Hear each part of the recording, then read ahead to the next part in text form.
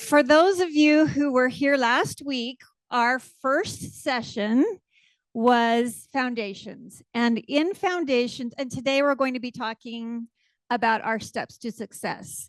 So we're on number 2. Last week, we gave a lot more detail on the ACA as a whole. We talked about these 4 parts of the ACA, and we talked about them the entire time in a little bit more detail. But today, now that you have that foundation, for those of you who are here, those of you who weren't, you'll be able to get the slides. We are going to focus almost exclusively on the employer mandate portion of the ACA, as well as in the next 2 sessions. So our agenda today is employer shared responsibility, also referred to as employer mandate. And we're going to talk about the 4-step process that helps you navigate this quite complex rule. And then we're going to talk just a little bit about how that dovetails with the 1094, 1095 reporting rules. Okay, let's jump right in. Some of this will be a review for those of you who are here, but I believe that repetition is always really good, especially when it comes to this rule. So here's the general rule of the employer shared responsibility or the employer mandate, whichever way you prefer to call it. I'll probably mostly end up referring to it as employer mandate because it's not as much as a mouthful. But it's the general rule is an applicable large employer or ALE avoids penalties under this provision. ESR is an acronym for employer shared responsibility if it offers affordable minimum value coverage to at least 95% of your full-time employees and their dependents. Now, to be clear, this was a big question when this first came out. To be clear, there is no technical requirement for an employer to offer coverage. A penalty is only triggered when certain circumstances exist. And those circumstances are, number 1, an employee purchases coverage in the exchange/marketplace. That employee is full-time. That employee qualifies for and uses a subsidy in the exchange, and that subsidy is called a premium tax credit, which we talked about quite a bit last week. And that employee was not offered by you, the employer, affordable minimum value health coverage, group health coverage. So the reason I talk about this is even if you are a large employer or an ALE and you aren't compliant with this rule, you will not be exposed to a penalty if you don't have a full-time employee go to the exchange and qualify for and use that actual subsidy. So because this rule is complex, we're going to again review the meaning of this and specific words of this rule. So the definition, what does an applicable large employer mean? What is a full-time employee? What is affordable minimum value coverage? What are the penalties? So we're going to dive into that definition. So I have the definition again at the top. Sorry, not the definition, the rule itself. And we're going to talk about the key definitions, the first of which is an applicable large employer. Applicable large employer seems like a mouthful. I just like to say large employer, but it just means a large employer to which this rule applies. That's the basic point of that. And it's an employer that employs at least 50 or more full-time employees plus full-time equivalents. The important thing here to remember is the rules require a specific calculation. So you don't just say, oh, we have 50 full-time employees, we're done. There is a specific calculation you need to use in order to make sure you know your accurate size. So you want to make sure you're calculating according to the rules. And a large employer, often when you see rules or see things come across your computer with different summaries and articles, they'll refer to a large employer again as an ALE. So don't be confused by that, but it's either large employer or applicable large employer. What also is a full-time employee and who are dependents in this context? A full-time employee is one who works an average of at least 30 hours per week, not 32, not 38, not 40. I still get questions on this. on average throughout a specified period of time. Usually it's a 12-month period. We'll talk about the specific measurement and averaging later. So it's either 30 hours average per week or an average of 130 hours per month. Dependents are defined in this context as an employee's children or child, and those can come in different forms, as I have listed here, up to age 26. Not to go down a rabbit hole, but before the ACA, children were typically not allowed to stay on their parents' coverage after the age of 18. And now, because of the ACA, children were able to stay on until age 26. So most people are aware of this. Every once in a while, we get somebody who does not understand this. So I want to make sure you are aware that it's up to age 26. It does not include spouses. It doesn't mean that you shouldn't offer to spouses. It just means you won't be penalized under the rules if you don't. And obviously, there are a lot of good reasons to offer for spouses. That's a decision that is, of course, up to you. Another definition that's important to understand is minimum value. What is minimum value? Sometimes this gets confused with minimum essential coverage, and there's also essential health benefits, 3 different key provisions and definitions and phrases that we use in the Affordable Care Act. But today we're talking about minimum value. So make sure you understand the distinction. Minimum value plan or a minimum value plan pays at least 60%, meaning you as the employer pays at least 60% of the total expenses or costs provided or benefits provided under the plan, meaning the employee doesn't need to pay more than 40% of those total. It's called actuarial value. I won't bring you in our actuary so they can explain that a little bit more, but the bottom line is big picture, simplest terms, the plan, you need to pay at least 60% of that so that an employee doesn't need to pay it more than 40. You can have a richer plan where they pay less than that, but not more than that. This calculation, when we're talking about minimum value, includes all of the out-of-pocket costs, but does not include the monthly premium. The monthly premium is determined under the affordability portion of this. That's why when we talk about this rule, we've got minimum value, which covers everything out of pocket except for the monthly premium, and then affordability, which directly talks about the cost of the monthly premium. So together, that's what you need as a plan to avoid penalties. So let's talk about affordability. A plan is affordable if the monthly premium for single coverage, this is single, not for family, that you charge an employee if they were to sign up for single coverage does not exceed 9.5% of this employee's household income. And this is a full-time employee. Now, of course, an employer does not know what an employee's household income, total household income is, right? They just know what they're paying their employee. So and we talked about this in more detail last week. We'll skip over all the details of that and just say that the rules offer a choice. The regulators understand that that's an issue. Employers don't know what the total household income is. And so they've offered 3 affordability safe harbors, and an employer can choose one of those 3 affordability safe harbors to calculate and make sure that what you're charging per month for single coverage meets the affordability threshold. And if you use one of these and what you're charging falls within one of those, then you're going to be fine and be considered having offered an affordable plan. So we're talking about penalties and avoiding penalties. There are 2 separate penalties that are associated with this rule. And again, I have the rule here up in the box above to help you remember.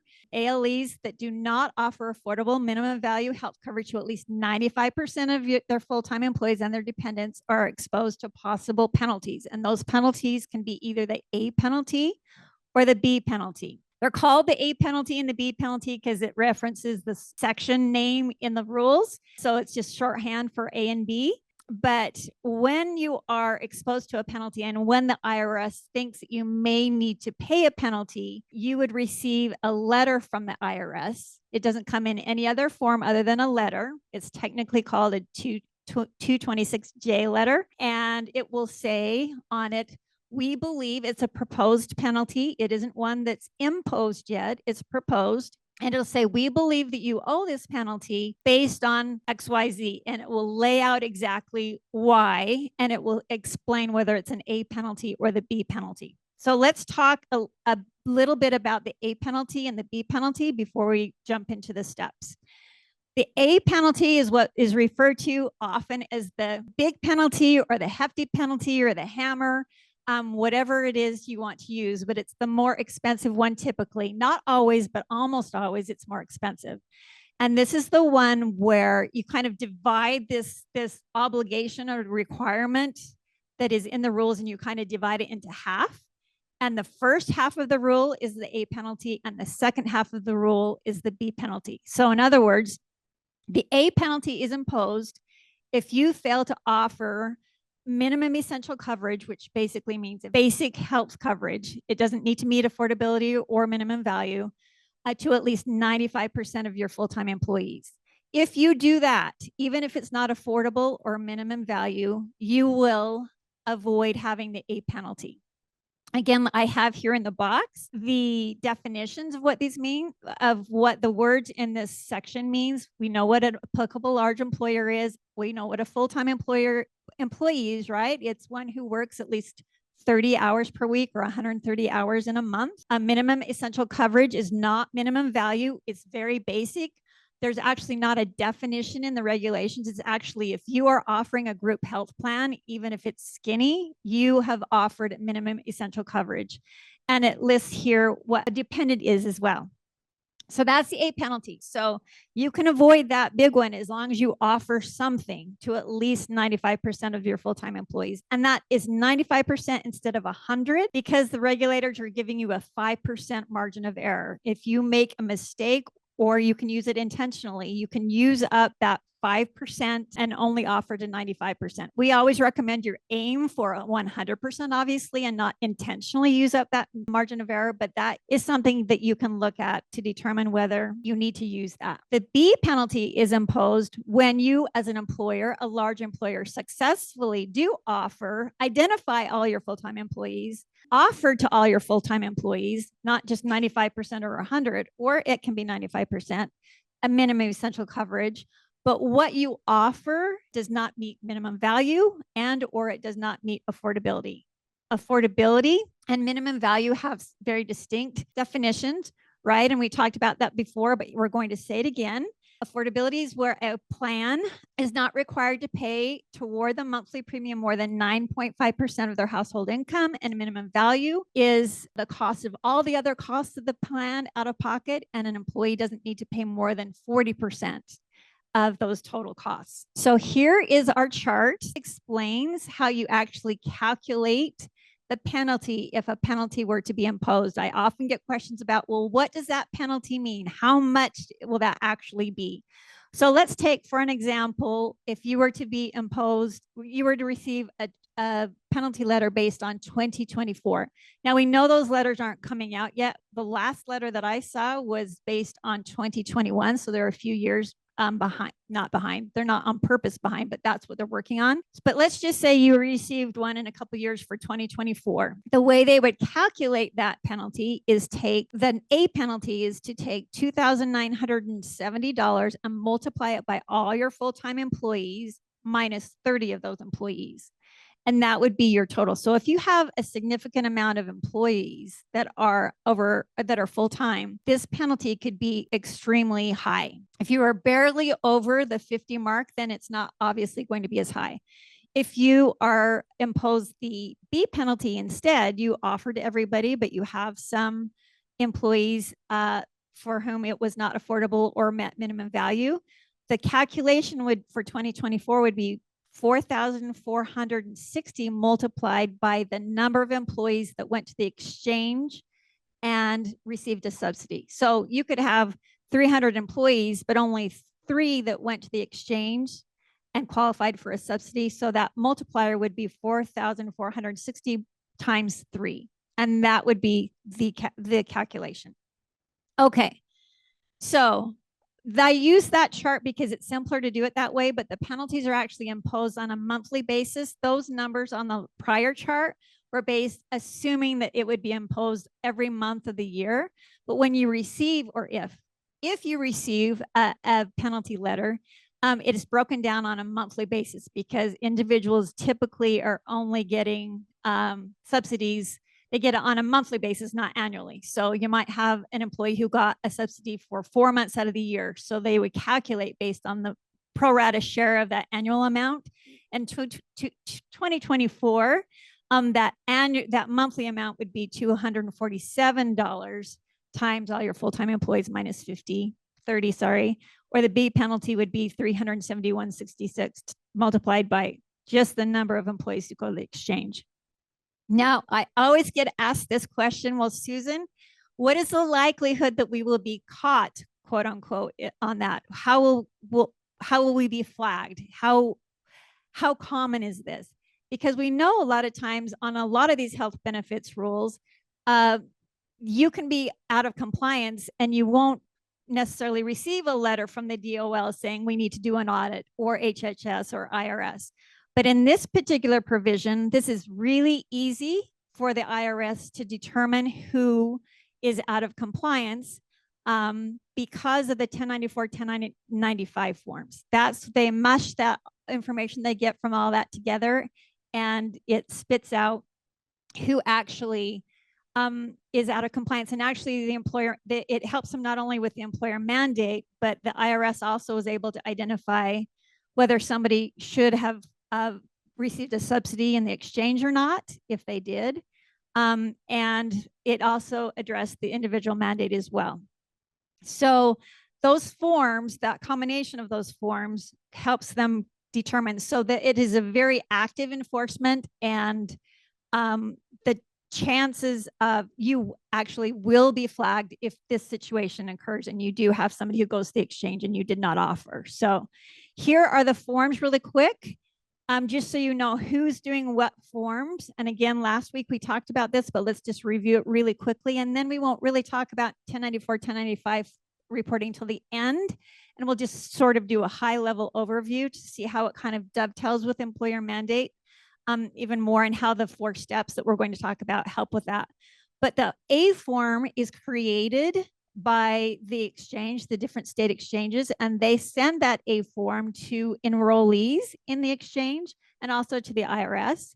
Providers also do the B forms, and providers are those who offer, and the insurance companies that offer an insured product. And a provider is also a small employer that sponsors a self or level funded plan. And they create the B forms and they furnish those to individual enrollees, as well as send those forms to the IRS. And the information on the B forms is much simpler than the C forms. That's just basically listing who enrolled in coverage.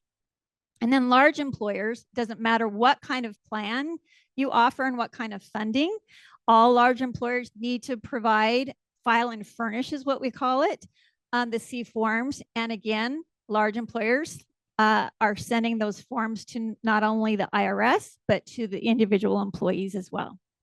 And you're listing on those forms, not just who enrolled, but also who was offered, and was it minimum value and affordability and affordable, and so on, and a lot of other information. So that's our quick review. And now we're going to jump into the GBS 4-step process. And the reason we have this 4-step process, a little bit of background, when this rule first came out, the ACA it actually passed in 2010, and it ramped up between 2010, all the different provisions between 2010 and 2015, 16. It was who was around when this happened? I know some of you were, yeah. It was like drinking from a fire hose. There were a lot of provisions we needed to be aware of, and it was really hard to kind of stay on top of it for a lot of employers. But the employer mandate specifically was particularly hard to stay on top of. And what I discovered when I was talking to our employer groups is that they were approaching the employer mandate, understandably so, in kind of a scattered way. In other words, for example, we had somebody who was trying to figure out whether their plan was affordable and met minimum value. And then we found out that they weren't even a large employer, they were small. And so they didn't need to worry about or take the time to figure out affordability and minimum value. So they were kind of doing things in a scattered order. Or for example, a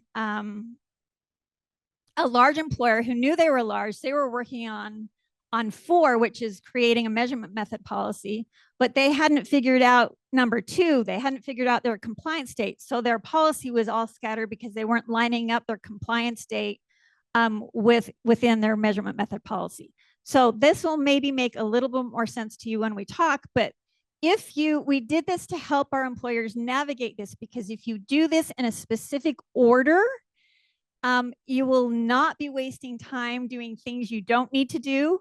And if you do need to do them, it will help you do it in the most efficient manner, so that you have limited time, right? You've got a lot of things on your plate. And so we want to make this as efficient and easy for you to wrap your head around and be compliant at the same time. So we're going to walk through the 4 steps that we created to help you understand how to navigate. And if you do it in this order, you will be really efficient, and you'll be spending your energy in an efficient way, and will be also compliant as well. So number 1 is determine your employer size. Again, this is key, right? If you are a large employer, you need to be aware that you're a large employer. If you're a small employer, you need to know you don't need to worry about this. So if you're doing step 1 and you figure out you're a small employer, you don't need to go on to step 2, 3, and 4. You're just going to continue checking your size. So here's the kind of the overview for our step 1. Because employer size is the actual key to all this, is vital to make sure you understand what your size is. There is a specific method to calculate your size. You need to make sure you're calculating correctly and not just kind of throwing together some numbers. We created a step 1 calculator for you to help you do this. However, here's a sidebar. If you know that you are obviously well over 50 full-time employees, you don't need to waste your time doing this calculation and using this calculator. And you don't need to probably waste your time doing step 2, which is to determine your compliance state. We'll talk about that in a minute, but you can do a waiver for us and just move right on to steps 3 and 4. That's a sidebar we'll talk about again in a little bit. But if you are needing to do step 1 and calculate your size, January of each year is the ideal time to do that calculation. And the reason for that is that the size is based on the prior full calendar year. So you want to know as soon as you possibly can, whether you're large or not. And that is the ideal time. And the last high level issue, and we'll go into all of these more specifically, is to be careful to avoid common calculation mistakes and pitfalls. And we've seen that. And if you utilize step 1 toolkit the way it was meant to be utilized, you will be able to avoid these pitfalls and mistakes. So first, calculation basics. I kind of jumped ahead on this, but here's how you calculate. You are going to use employee data based on the full prior calendar year. So for example, if you want to know your size for 2024, you will use data and count data from January 1st through December 31st of 2023.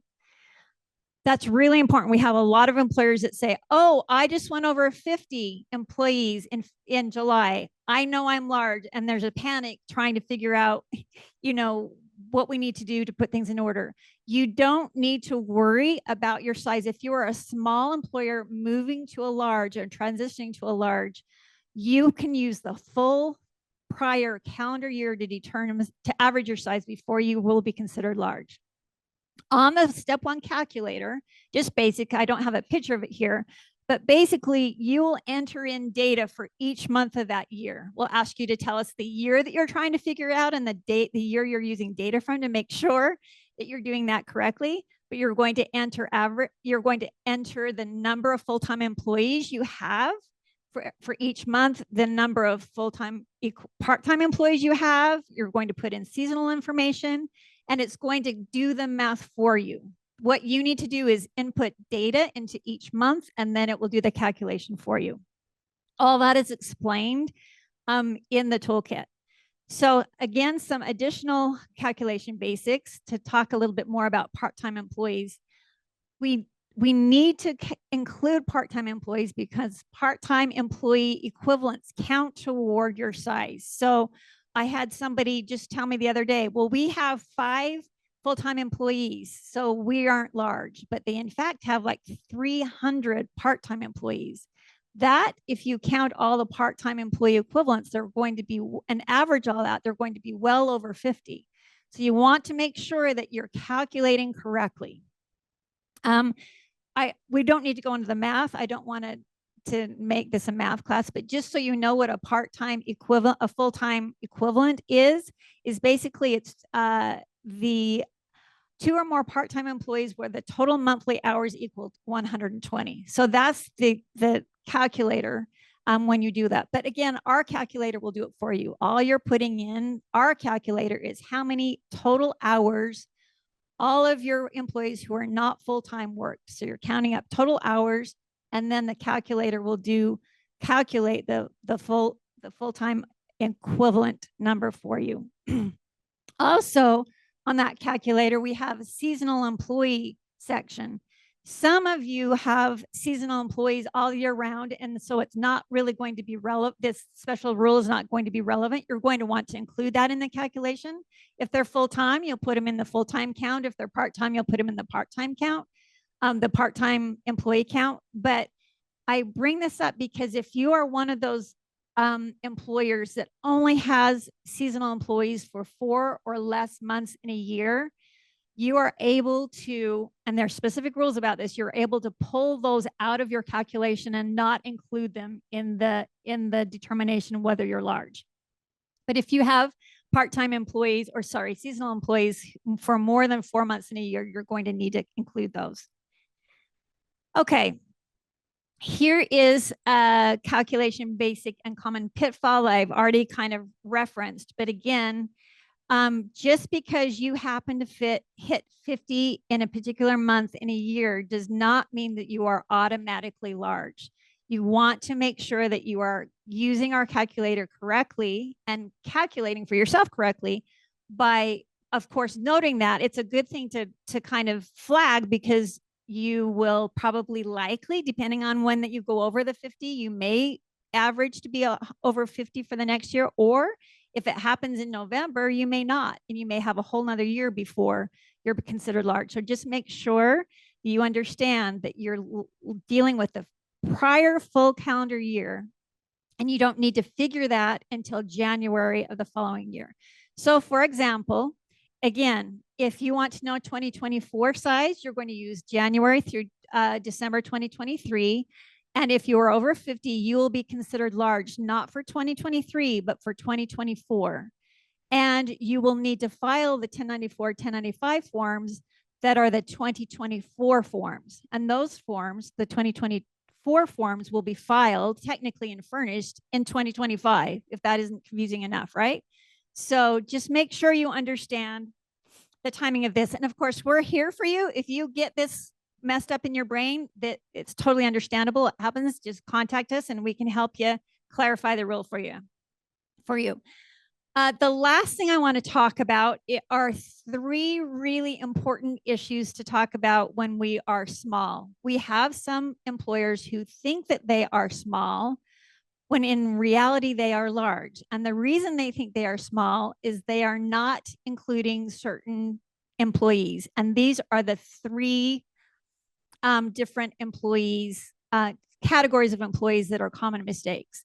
The first one is failing to consider the employees that are hired or employees for your other entities for whom you have a common or controlled relationship with. Control groups and affiliated services groups is what it's technically called in the Internal Revenue Code section, but they are entities where there is common ownership. And if you have enough common ownership, you're called a controlled group. And for purposes of determining size, you need to count all the employees from those other entities when you are calculating. So it doesn't mean that you offer the same group health plan. You can, it depends on whether you want to or not. It's just for purposes of size. Part of this, these rules existed before the ACA, but part of this was clarified when the ACA came out to say, listen, we don't want you to break up into smaller entities just to avoid the employer mandate. So some people, employers came up to me right when this opened or was ramping up, and they said, hey, If I take my company and I break it down into different separate entities so that I have 4 small employers and not one big one, can I get out of this? And no, if there's a common ownership here, and it can be a complicated calculation, depending on how complicated your relationship is with the other entities. But no, you're supposed to count those. So that's one. Number 2 is failing to consider contingent workers. Contingent is a term that is used for employees or workers, sorry, that are in relationship to a temporary agencies, leasing agencies, PEOs. And the question there becomes, who is employing these workers? Is it the temporary agency, or is it the employer who is using them? Is it the leasing agency, or is it the employer who is leasing them? There are specific rules about that. If you are involved in this situation, you want to make sure that you identify whether you are it's technically called the common law employer of these workers, and you'll want to count those workers in your size calculation. The last one is misclassifying employees as independent contractors. Now, I understand that classifying independent contractors versus employees is a big deal, meaning they're either W-2 or you give them a 1099 form. And this bleeds into all kinds of things in employment law outside of the ACA, but it does affect the ACA, because if you are misclassifying these workers and saying, hey, I actually want to call these workers independent contractors because I don't want to have to deal with A, B, and C, and I don't want to have to forward the taxes and whatever, and I think they're independent contractors. That is not a classification that you take lightly. You need to make sure you understand the rules and understand when it's appropriate to classify somebody as 1099 and when it's not. Because if you are misclassifying them and they really are W-2 employees, you should be counting them in your count. So those are the 3 kind of main areas. So if any of this kind of resonates with you, make sure you put this on your list of things to do and kind of check into. Okay, so the last part on step 1, and again, step 1 is determine your employer size. What do you do once you have that number? If your result was under 50, you are officially, for that specific year, a small employer. You need to repeat step 1 the following January. So you're not going to move on to steps 2, 3, and 4, at least for that year. You're going to just make sure that you put on your calendar that we're going to calculate size again in January to make sure that we are still small. You are going to need to file and furnish the 1094, 1095B forms if you are sponsoring a self or level funded plan. If you're not, you don't need to worry about that. And you do not need to offer, although you may decide you want to, a plan that meets affordability and minimum value. If your result was 50 or more, you are an applicable large employer or ALE. You need to complete the next steps 2, 3, and 4 to make sure you're navigating this rule in the most compliant way and you can wrap your head around it.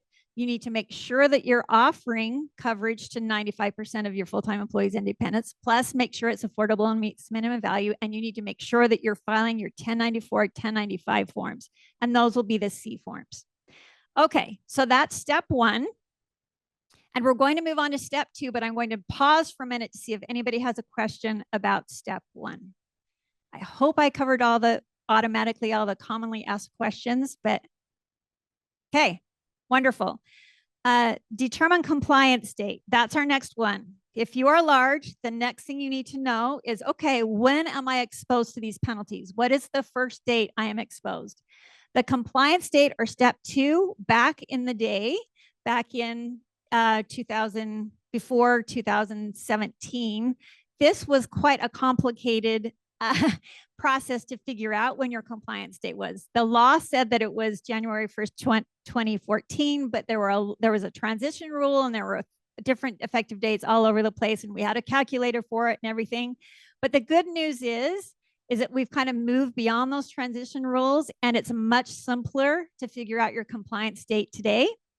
Step 2 is the quickest, fastest step in our process that you'll need to do.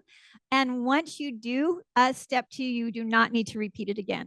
and you figure out your initial compliance date and you're done. And did I mention that if you're a large employer, back on step one, I don't think I mentioned this.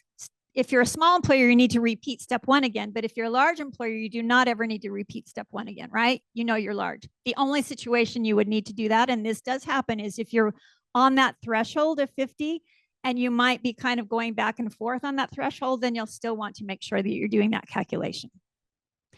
But for this purpose, it's super easy, honestly, to figure out what your compliance date is. So I have a list here that hopefully will make it simple for you, even more simple. If you have been a large employer since 2015, you already know what your compliance date is. It's going to be January 1 of 2015 or the plan year month in 2015. So if you had a non-calendar year plan year and you start every September, it would be September 1 of 2015.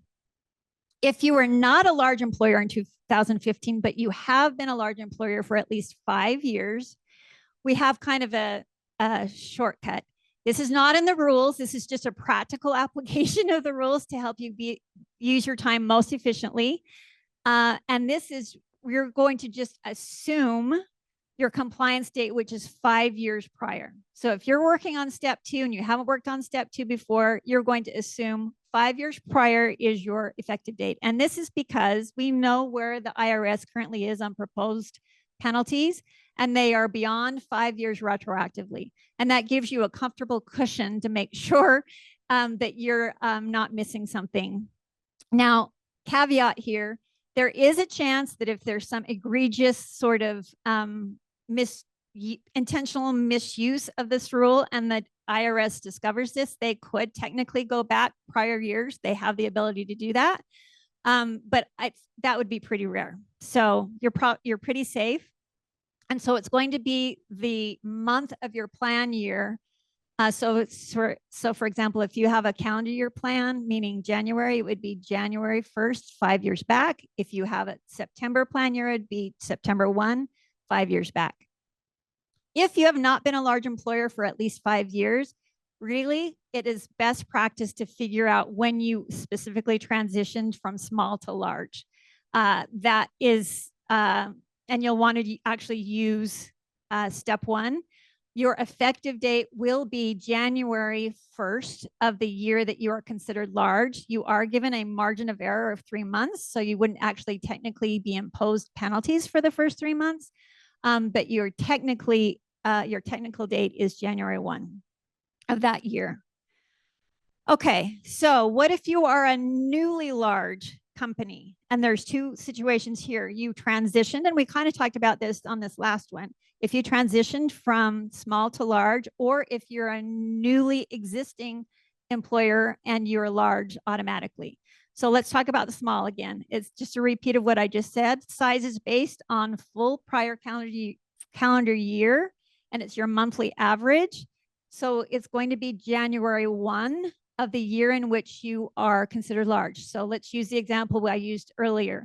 If you're trying to figure out if you were small or large or transitioned from small to large starting January of 2024, you're going to base that on your prior calendar year. So data from January 1st through December 31st of 2023.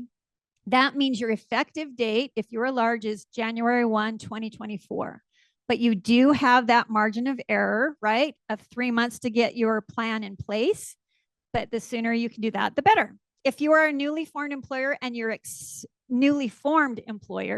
and you expect to be large that first year, you are going to be considered large immediately. So you'll want to immediately get on coverage, a group health coverage offering. But you do have that 3-month grace period as well. So if you are, your date of inception is July 1st, you technically have 3 months to get up and running on a group health plan of that same year. Okay, that is step 1 and 2. So anybody have any questions on that? So basically step 2 is super quick and easy. So you could actually do step 1 and 2 at the same time and move on to the real substance of the process, which is step 3, which helps you avoid penalty B, and step 4, which helps you avoid penalty A. So let's move on to 3. Any questions though? Okay. Step 3 is determine what will be offered, meaning make sure you're going to confirm that what you're offering is affordable minimum value coverage. And again, the rule is to avoid the penalties, you need to offer affordable minimum value coverage to at least 95% of your full-time employees and their dependents. So this step 3 helps you avoid specifically the B penalty. And this is a step that you will repeat every single year. So not to be a pain, we don't want to like make you do things you don't need to do, but this is very important, and we have a process which makes it very efficient. We have a calculator for it. If you're used to the calculator, it takes you, and you know your lowest paid full-time employee, it will take you less than a minute to figure out. But you do need to make sure that you know that process. So the reason you need to do this every year is because every year when you go through renewal, right, sometimes you decide to make a change to your plans.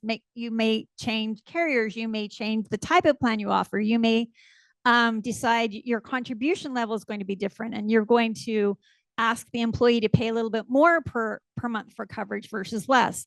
That is all discussed in your renewal process before the beginning of your new plan year. You want to be checking your affordability and minimum value at this stage.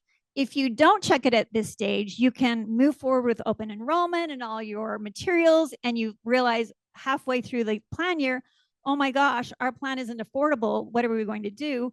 You know, you have a whole lot of administrative work to make some mid-year changes, right? So to be most efficient and make sure you're compliant, just take the few minutes it requires before you make your final contribution decisions, and check whether what you're charging each month for single coverage will meet affordability. So the other note, if you notice the bullet on the last slide, the last bullet on this slide, you only need one plan that meets affordability and minimum value. You can offer all kinds of different plans. You can offer more expensive plans. You just need one. And you need one that is ACA compliant, meaning you need one that is minimum essential coverage, right? That's a basic plan that meets affordability and minimum value. You can do whatever you want for your other plans, buy up and all those things. So here's our chart again on the penalties. And I have the B penalty emphasized and the A penalty de-emphasized. So you can see that this is what we're focusing on. This is the cheaper penalty technically, and it helps you remember what those penalties possibly could be if you don't meet affordability. And it becomes a kind of a harsh reality if you didn't really engage with this, and then you receive a letter and it's like, oh gosh, we should have done this before. We should have checked this. So that's affordability. Minimum value, we're going to talk about affordability too, and spend a little bit more time on affordability. Minimum value, again, I know we've said this before, but just to repeat, because I think it helps, is where a plan does not charge an employee more than, or require an employee to pay more than 40% of the total out-of-pocket costs, not including the premium. Remember, minimum value deals with all out-of-pocket costs except for the monthly premium. The way you check minimum value is really quite easy. Honestly, most plans, even before the ACA, were meeting minimum value. So usually minimum value is not an issue. But if you're a fully insured plan, everybody knows what the summary benefits and coverage is, the SBC that you've got to distribute to your employees. That was a creation or a requirement that came out of the ACA. And on that SBC, I can't remember what page. I think it's the bottom of page 7. It has the same template, right? So you can find things easily because it's laid out exactly the same for all your plans. And it will say specifically, this plan meets or does not meet minimum essential coverage. This plan meets or does not meet minimum value. That is an easy way to determine minimum value. It doesn't take you very long at all. That is usually the case with a fully insured plan. Sometimes if you have a self-funded plan, your TPA will help you determine that. Sometimes they won't.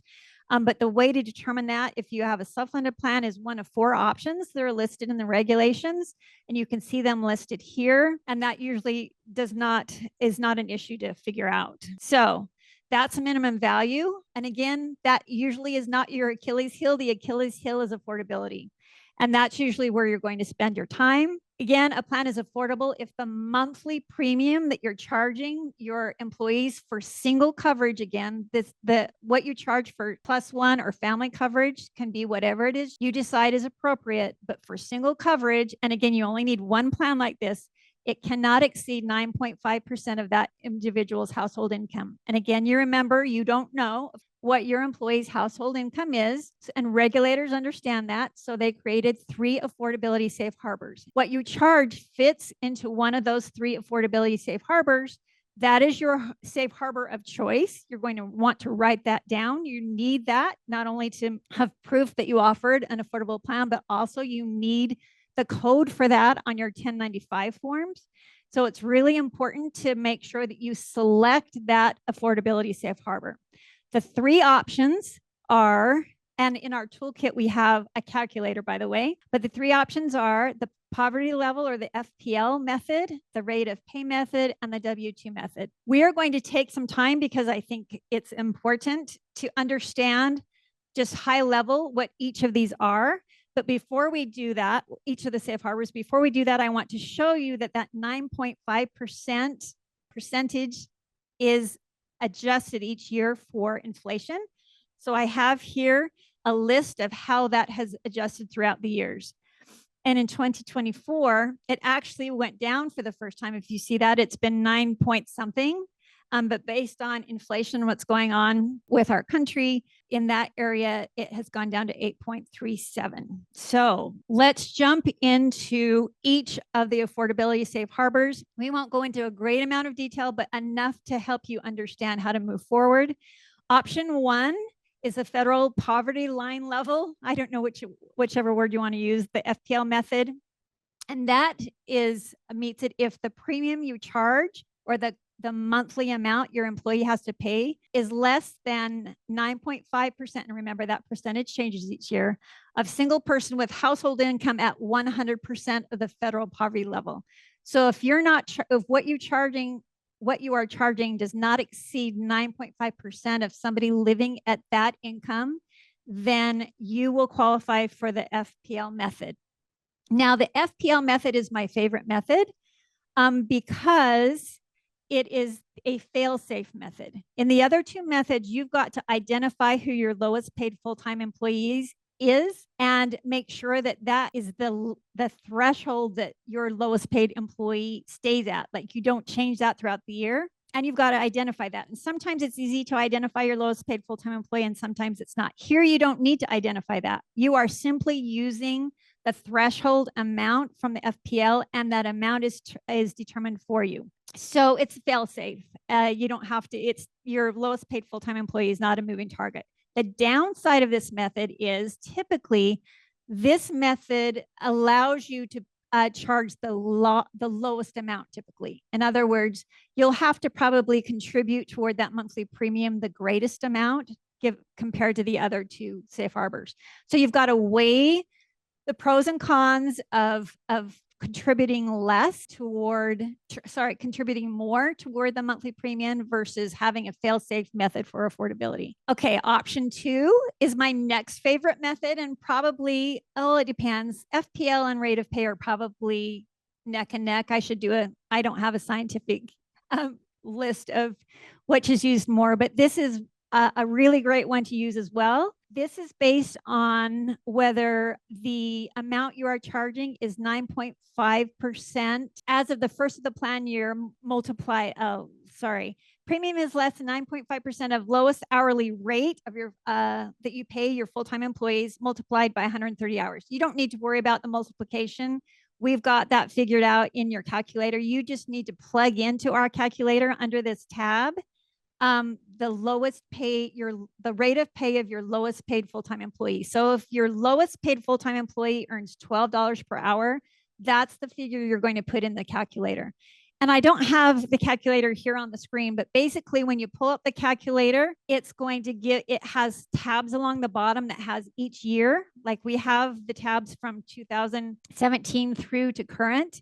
If you're trying to figure out 2024 affordability, you're going to click on the 2024 tab, and then it will give you a page that has from top to bottom the 3 different affordability safe harbors, and you'll plug in a number for the rate of pay method, and that's the number you'll plug in. Again, your lowest paid full-time employees rate of pay. It takes 2 seconds. It calculates it automatically, and the number it gives you is the number that you cannot exceed. In other words, you can't charge that employee more than the number that the calculator gives you per month toward single coverage. The FPL method, as when you scroll down to that method, you don't have to put a calculator in because you don't have to identify your full-time employee. It'll just give you the threshold. There's an FPL threshold every year that's automatically calculated. Okay, so that's the rate of pay method. It may be an easy one for you to use, and it's popular and it's good. It's a nice firm one. You just have to make sure that you don't hire somebody after you determine this that at a lower rate that's full-time. The Form W-2 method is my least favorite method, and I actively try to suggest not using this method because it is kind of it's a minefield, because it's really hard to identify the exact threshold. And the reason for that is the premium is based on, the threshold is based on 9.5% of the employee's income listed in box 1 on their Form W-2. So you can imagine a W-2 form, and you've got that box 1 and it has their income listed. In box 1, that income that is listed is not the actual, if you're to add up all their hourly wage or their salary, that is not what the number that is put into that box. That box has certain amounts subtracted from that before you put that amount in. And that's all the pre-tax things that they're paid for. So in other words, you're allowing your employees to pay for coverage pre-tax. So the salary, and that is going to reduce their salary so that what they're taxed on is less than what they're actually making. So if you actually rely on the amount that's in that box, it's not going to be the correct amount. You're going to have to do the figuring to figure out what the pre-tax amount is going to be. And you can't look at, oh, that's easy, I'll look at last year's W-2. You can't use last year's W-2. If you're doing the 2024 forms, you need to kind of guess or assume or estimate at the beginning of 2024 what is going to be in box 1 of that W-2 at the end. You can maybe use last year's as a reference point, but the number is you're kind of forecasting or projecting. So that's the problem with this, is it's really tough to identify exactly where your threshold is and how you're going to meet that. An example where this actually would work well, though, is if you're the kind of employer that has all salaried employees, you don't have rate of pay that, on different hours that they work, and that may fluctuate. And you have a consistent amount of pre-tax that's taken out of their income. And so you can kind of identify your lowest paid one and then figure from there. But other than that, it's pretty tough. Okay, we have this last slide. I'm not going to go over in detail. I'm just having this as a reference. And by the way, sidebar, there are a lot of words on all these slides. And I know that, that can be frustrating, but I do that intentionally so that you can, this is a lot of information, and I want you to be able to refer back to these slides for things that you can't remember. And if the slides don't have enough information on them, then it's no good, right? So this is like your reference point as well. I'm always available to you. I mean, you can try and email me and call me and we'll do what we can, but this is a faster, quicker way for you to help remember what these rules are. So I hope you'll have patience with me on all the words on this slides, but this is a chart you can reference to, and it helps you understand how amounts you pay toward the HSA or the HRA or wellness plans can impact minimum value and affordability. And I know we are kind of creeping up on our final time. So we're going to move right to step 4. And step 4 is determine which employees will be offered coverage and when. And also, by when I mean, it helps you identify eligibility questions, whether it's somebody who needs to come off or on. So you're identifying your full-time employees and you're identifying eligibility. So again, number 1, employer size. Number 2, compliant state. Number 3 helps you with penalty B. It's determining affordability and minimum value. And 4 is helps you with penalty A, and it helps you understand how to identify full-time employees and identify eligibility dates. And again, we'll have the rule reminder here of what the rule is. Your penalty A is imposed if you do not offer minimum essential coverage. Remember, that's basic. It doesn't have to meet affordability and minimum value to at least 95% of your full-time employees. So step 4 specifically is meant to help you avoid the A penalty. And in this step, you're going to create a written measurement method policy. This is different than step 2 when it takes you 2 seconds to do it, but it's worth the time and effort it takes to do this. And we have done everything that we can at this point to make it as easy for you as possible. In that, we have created a template with a policy written out, almost everything that you need already, but there are certain things that we cannot decide for you. You need to make some decisions. And so you'll go through and add some information and decisions onto that form. You do not, the good news is you do not need to repeat step 4. This is a one and done. You may want to, over time, update it with updated language. You may need to be required to if you make some changes that affect your measurement method policy. For example, if you decide to move from a calendar year plan to a plan year that starts in September, you're going to need to go in and change some dates for your measurement method, your measurement periods. But generally, you don't need to do it more than once. And we help you walk through it. And here again is our chart that shows you what your penalties that you're exposed to if you aren't successfully identifying your full-time employees and offering them and making sure that you're taking them off and on at the correct times. So minimum essential coverage, again, is just basic coverage. So that's easy to confirm it in minimum essential coverage. And again, on the SBC that you provide, it should say again, I think on the page 7, on the bottom, it'll say this plan meets or does not meet minimum essential coverage. This plan meets or does not meet minimum value. So that's super easy.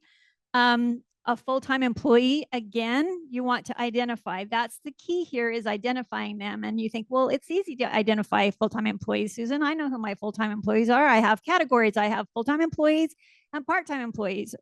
And I don't think it's as simple as it may be for you, but there are a lot of employers that do not realize that they have employees who you categorize as part-time, but who in actuality are working an average of 30 hours or more, or at least an average of 130 hours in a month. So you want to make sure you are identifying all those employees. So how are we going to identify these employees? Well, the regulators understood that this might be tricky if you have a situation where that might be fluctuating. Honestly, the most common that I've heard is HR. You people or the owners understand what the rule is, and you understand that if you are not offering coverage, that those employees need to be working under 30 hours per week. But your managers who are scheduling these workers may not understand it. So what may be happening is you have this thing happening on the side that you're not aware of because of communication or misunderstanding at levels that are not where you are. So you want to accurately identify full-time employees again, and make sure you identify eligibility, start and end dates, and make sure you're not taking off employees sooner than you should. We have lots of employers who think that as soon as somebody moves part-time, that they can immediately take them off coverage. And that if you're a large employer, that is absolutely not what you should be doing. There's a period of time you need to wait, and you need to go through a calculation to figure that out. So do I really need to create a measurement method policy? And I say yes. There's a lot of reasons for doing this. It's worth the time to take to do it. The rules are tricky if you use and you want to navigate this correctly. So if you use the safe harbor, it keeps you safe. The reason they call this measurement method, the measurement methods were actually created by the regulators to help you make sure you identify them correctly. You don't have to technically use the safe harbor method. It's an option. But if you're using the option to identify full-time employees the way the regulators say, if you'll be safe, then that's where I want to be, right? Rather than trying to come up with my own method, and then it may or may not pass with regulators. So that's the reason they call it a safe harbor, is if you follow this method correctly, you're going to be safe from penalty. When you have this, also, my last point on, do I really need to do this? I will sometimes get questions about, I have this person who went off coverage. I mean, sorry, who went part-time. When do I take them off coverage? And I honestly cannot help you identify and help you learn how to do this without your own written measurement method policy. Because the process is you give me or give yourself, if you've figured this out, how to do this, the actual specifics for this employee, the date this employee was hired, whether they were expected to be full-time and so on.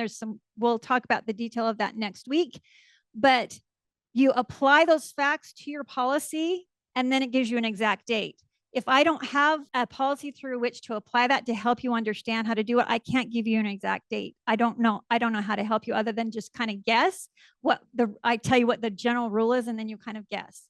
So that's why it's important is to give you exact eligibility dates and exact idea of who's a full-time employee.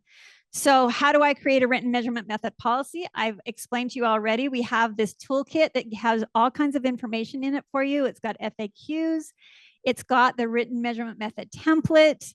It has additional summaries and explanations. You have access to us. In fact, in other words, when you put your draft together, you'll send that to our team and they'll review it. You put questions on it. I don't understand this, or what should I do here? We help you with that. It's really, and you end up with a final that you'll be able to reference, and it'll be like your Bible, for lack of a better word. When you have an eligibility question, that's your go-to. You go, okay, I don't know what eligibility is. I'm going to turn this measurement method policy. I'm going to apply the facts, and that's where we are. So what is a basic overview of the measurement method, Susan? Well, we're not going to talk about that today, right? We're going to talk about in detail next week. But here's the three basics. There are two temporary methods. There's a monthly measurement method and an initial measurement method, both used temporarily for newly hired employees. And then there's a permanent standard measurement method, and that's used for all your employees, whether they're ongoing employees or you're newly hired. So here's what the forms look like if you are new. If you are not new, you know exactly what these look like. The Affordable Care Act requires the IRS. It has tasked the IRS to enforce, to regulate, and determine penalties under employer shared responsibility, which we're talking about, also under individual mandate, and also whether subsidies are appropriate in the exchange. And in order to do that, they need the forms, right? They gather that information, and this is the chart you saw before. They gather the information from the A, B, and C forms, mash it up, and outspits, for lack of a better word, the information about whether they are exposed to penalty or not, or whether somebody shouldn't have gotten a subsidy. Here are the penalty amounts. These penalties are separate from the employer mandate. So you may get a penalty letter for failing to offer coverage, right? That's affordable minimum value to 95%. But there's a separate penalty for failing to report. It's important for the IRS to get this information. And here's the update on the reporting. And I have seen reporting penalty letters as well. So they're as active on that as they are with the employer mandate. The process for reporting is different for large employers than it is for small employers. And again, all large employers are going to be filing and furnishing these forms. Not all small employers do. Only small employers that sponsor a self or level funded plan are going to need to file these forms. Again, this is just another way of showing where the forms go and who files them. And again, how do the 4 steps apply to the 1094, 1095 form reporting? I have some bonus slides right here that go through each specific step and detail what each specific step gives you, but you'll review. I didn't ever intend to review those here, but they're in case you want to know what each step helps you with the 1094, 1095 forms. But generally, again, it's going to provide the information you need to know in order to correctly populate those forms. For example, you need an affordability safe harbor, and there's a specific code that you're going to populate on the form that indicates whether you use the FPL, the rate of pay, or the W-2 method. It asks you it helps you identify whether you have a full-time employee and whether you even need to provide a form to that employee. And it helps you avoid mistakes on eligibility as well. So that's a super high level of information reporting, but they really do dovetail together. So you're not only getting your ducks in a row for when you go through the steps for employer mandate, but you're also multitasking and giving yourself information to help you with the forms as well when that rolls around. So here's step 1, step 2, step 3, and step 4. And we will move to questions. The question is, what you cover next time, will that help you? Will we talk about the analysis for determining whether an employee is full-time or part-time? And yes, that is a key for that. And specifically next week is explaining that measurement method process in detail, which will in fact help you identify this is full-time, this is part-time, and so on. And upfront questions as well, like, well, how do I know whether they're expected to be full-time or part-time at the beginning, which is also a key issue. So if I don't cover that second one, raise your hand. But I for sure will go through the measurement methods and help you understand how to identify full-time and part-time. The question is, we have a waiting period for coverage. How does that affect the 95% rule? It's a really great question. There is a waiting period, separate rule. It's called the 90-day waiting period. And that applies to employers of any size. So this is outside of the employer mandate. And that rule says that you cannot make an employee who's eligible wait more than 90 days to have their effective date start. The way that dovetails with this is we're identifying in this measurement method policy who is eligible. So once we know somebody is eligible, they need to be offered coverage within that 90 days. But we're also in this measurement period determining who is eligible. And then once we know that, then that waiting period kicks in. Does that make sense? Oh, I see. So yes, the concern is, well, what if we have a waiting period and in a particular month we have a lot of employees and we're not off, their effective date isn't there yet? Are we going to meet 95% for that month? In the rules and on the 1094, 1095 forms, there is a code that represents the waiting period.